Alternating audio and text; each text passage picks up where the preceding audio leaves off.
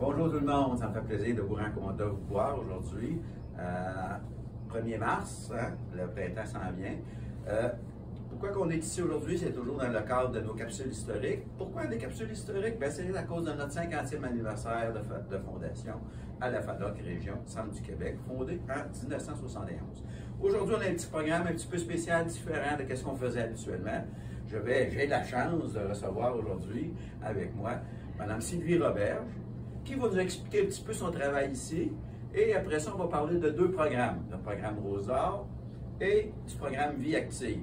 Sylvie, petite présentation pour les gens qui te connaissent. On te voit souvent sur les vidéos, parce que pour la FADOC, mais on ne te connaît pas vraiment. Explique-nous maintenant, avec un grand plaisir. Avec un grand plaisir, M. Despins. En fait, effectivement, moi, je suis coordonnatrice ici de la programmation loisirs pour la FADOC Centre du Québec et de l'événementiel par le fait même, puisqu'on fait beaucoup d'événements, puisqu'on est dans une dynamique régionale. Les coordonnateurs loisirs, tout comme mes collègues des autres régions FADOC, ça dit en fait qu'on organise des activités de différents ordres, que ce soit sportifs, culturels. Mon Dieu, on en a fait de M. Despins depuis qu'on est là, des programmations loisirs. D'ailleurs, ce qui est intéressant, que aujourd'hui, justement, ma collègue partait pour l'initiation à la raquette. On est là dans le virtuel beaucoup aussi, hein, avec la mode hybride de plus en plus, là, soit en présentiel ou en hybride. On fait des ateliers d'expression littéraire. La FADOC est très vivante dans son milieu. Elle l'est par son bureau régional qui est ici à Victoriaville, hein, n'est-ce pas? Mais aussi par ses clubs FADOC. Parce que nous, ayant 65 clubs FADOC, on n'est pas les seuls à mettre en place ou en action la mission loisir. La mission loisir est faite par les clubs FADOC.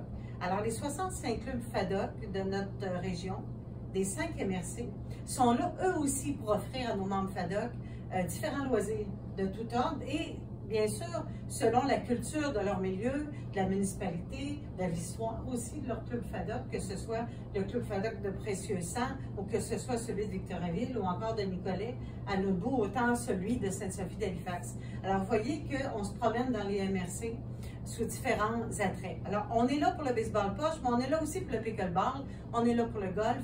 Alors, vous voyez qu'il y a une dynamique là, évidente qui se fait dans la pratique du loisir. On est à l'aube, là, nous on se parle, on est encore dans... On est proche du printemps, M. Despins, on a bien hâte, là. Alors on est proche aussi de nos jeux régionaux parce que dans la mission loisir, ce qu'on fait depuis, mon Dieu, les jeux régionaux, ça fait pas 50 ans, mais c'est pas loin. Hein? C'est quand même... les premiers jeux régionaux ont eu lieu dans les années, fin des années 70. Ah là là, ça fait que, écoutez, ça, on est proche de 50 ans.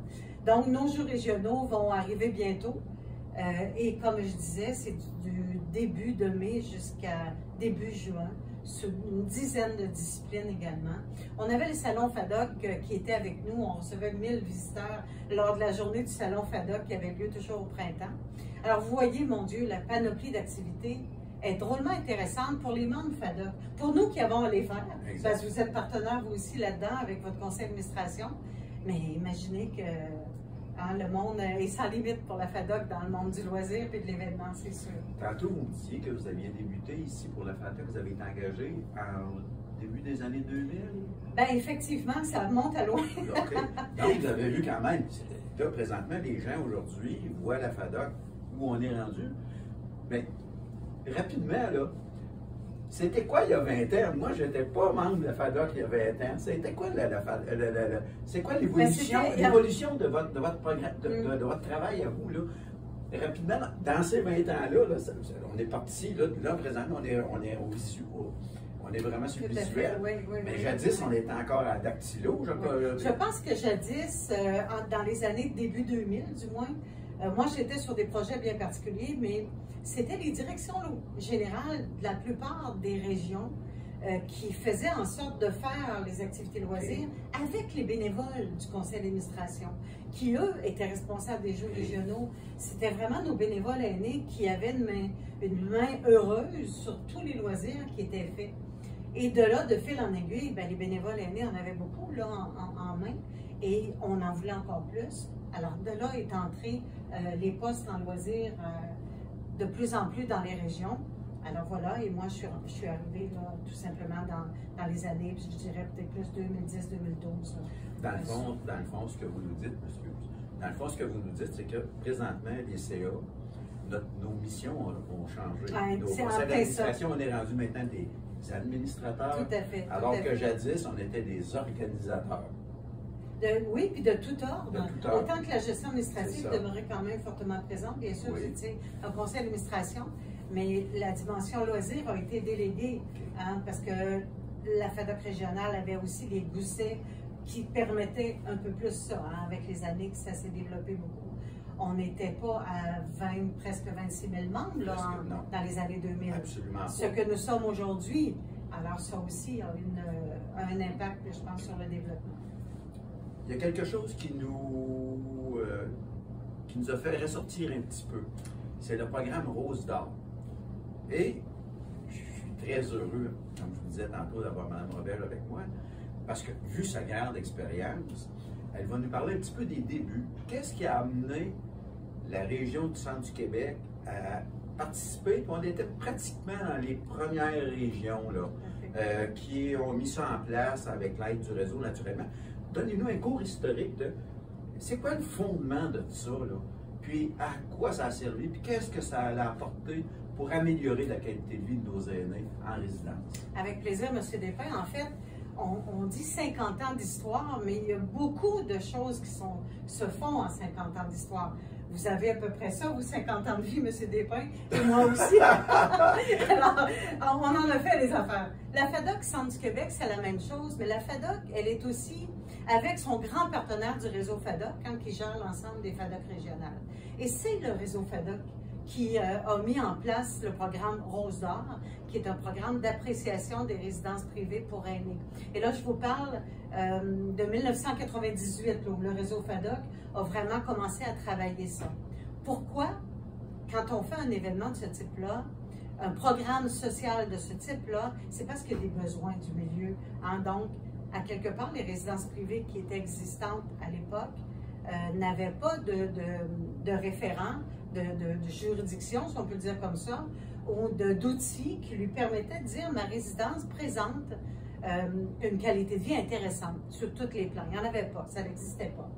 Et de là, le besoin, je pense, pour les gestionnaires, mais particulièrement nous, comme réseau FADOC, étant là pour la défense des droits collectifs des aînés, avions effectivement en lumière la qualité de vie de nos aînés qui habitent dans ces résidences-là. Et c'est de là qu'est né le programme Rose d'Or après 2 ans d'études de mise en place, l'implantation du programme, qui était en fait une démarche où on allait apprécier les résidences privées d'une manière volontaire, M. Despins. C'était donc volontaire, c'était pas une obligation pour les gestionnaires des résidences.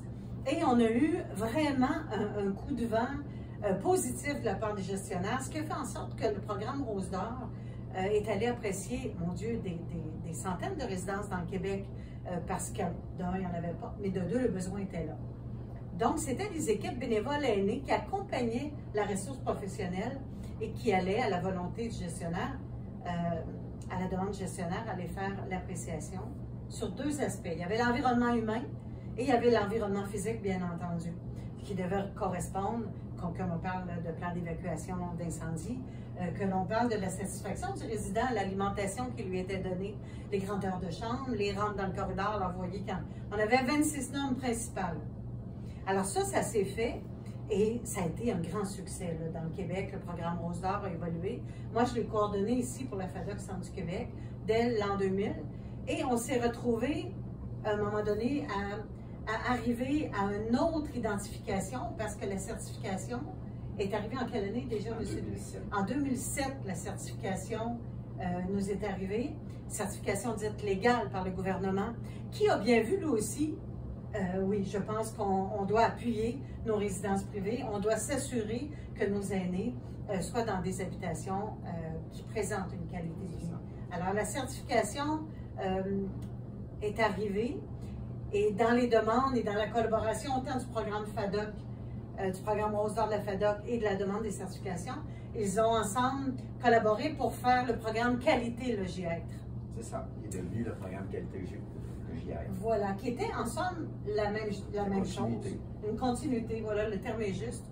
C'est en plein ce qui s'est passé. Une continuité du programme, Bien sûr, avec des différences techniques, des différences dans le contenu, parce qu'on a évolué, là, on était rendu en 2007, l'expertise était présente aussi. Alors, écoute, ça a fait boule de neige pour le qualité logis-être également. Mais comme, j'allais dire, comme toute bonne chose a une fin, mais celle-là a été heureuse parce que c'est vraiment le gouvernement qui, dans les années là, 2013 ou environ, là, a pris vraiment en main la certification légale, officielle pour tous les gestionnaires de résidences privées. Et je dois vous dire, M. Despain, que le réseau FADOC a entériné aussi cette démarche-là positivement. Parce qu'on était très heureux d'avoir été les initiateurs de cette possibilité de qualité de vie en résidence privée, en complicité avec les gestionnaires de résidences. Et je dois ajouter que si les gens sont intéressés à en connaître un peu plus sur le programme Logis-Être, il y a une très belle présentation sur YouTube. Oui, effectivement, à l'époque, on avait fait. Exact. Présenté par M. Danny Prudhomme, qui est encore le directeur général à la FADOC provinciale, dans le fond, dans le réseau FADOC.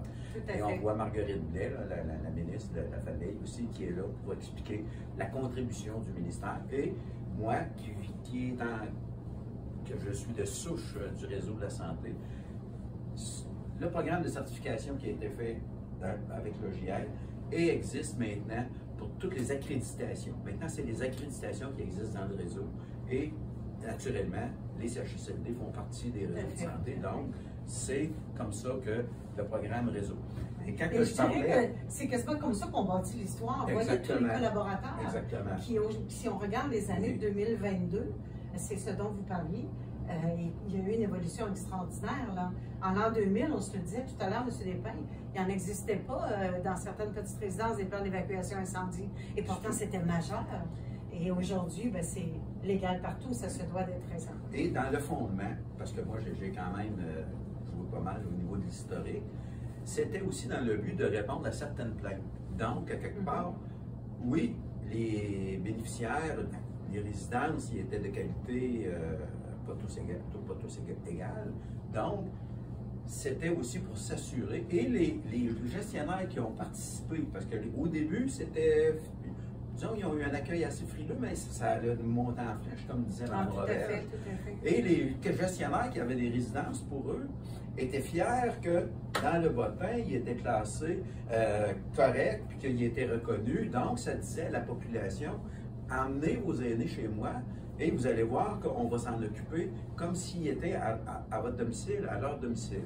Donc ça, c'était la reconnaissance. La reconnaissance. Vous faites bien de parler du bottin, puis c'était la résultante, en fait. Exactement. Le bottin a eu sa place. Ben moi, je trouve que c'est... je trouve que vous nous avez donné une foule de renseignements très utiles. Et je veux le dire encore, piquez votre curiosité, allez voir, là, c'est vraiment sur le site. Ça vaut la peine, ça dure 5 ou 6 minutes. Et c'est bien expliqué vraiment tout ce qu'on vous dit là. D'ailleurs, toutes les évaluations étaient faites avec un bénévole et on rencontrait les bénéficiaires pour vraiment s'assurer. Il y avait une visite des lieux, comme on disait, les deux grands physiques et humains, les deux grands plans physiques et humains. Et c'était vraiment fait là, de façon là, conviviale. Et, toujours dans le respect des personnes. Dans le respect des personnes. Et c'était pas là non plus pour chercher les... C'était là vraiment dans un contexte qui est humain. C'est ça qu'il faut... On est heureux que ça fasse partie de l'histoire de notre FADOC, en fait. Que l'on a été les précurseurs de cette démarche-là. Bon. Alors voilà. Donc, en espérant que cette capsule vous a donné des renseignements supplémentaires, parce que vous allez voir dans votre calendrier, hein, parce que je parle du calendrier, parce qu'on a quand même développé un calendrier du 50e anniversaire de la fondation de la FADOC Région Centre du Québec, vous allez voir à quelque part, programme FADOC, le programme Rose d'Or. Bien là, vous allez avoir un petit peu plus d'informations sur ce que c'était vraiment le programme Rose d'Or. Sur ce, ben, je vous souhaite un très beau mois de mars. Ceux qui aiment se sucrer le bec, j'espère qu'on va avoir un printemps où les érables vont couler, qui vont nous fournir leur bon liquide. Sur ce, bon printemps et encore un grand merci. Ça me fait plaisir, M. Despain. À bientôt tout le monde. Au mois prochain.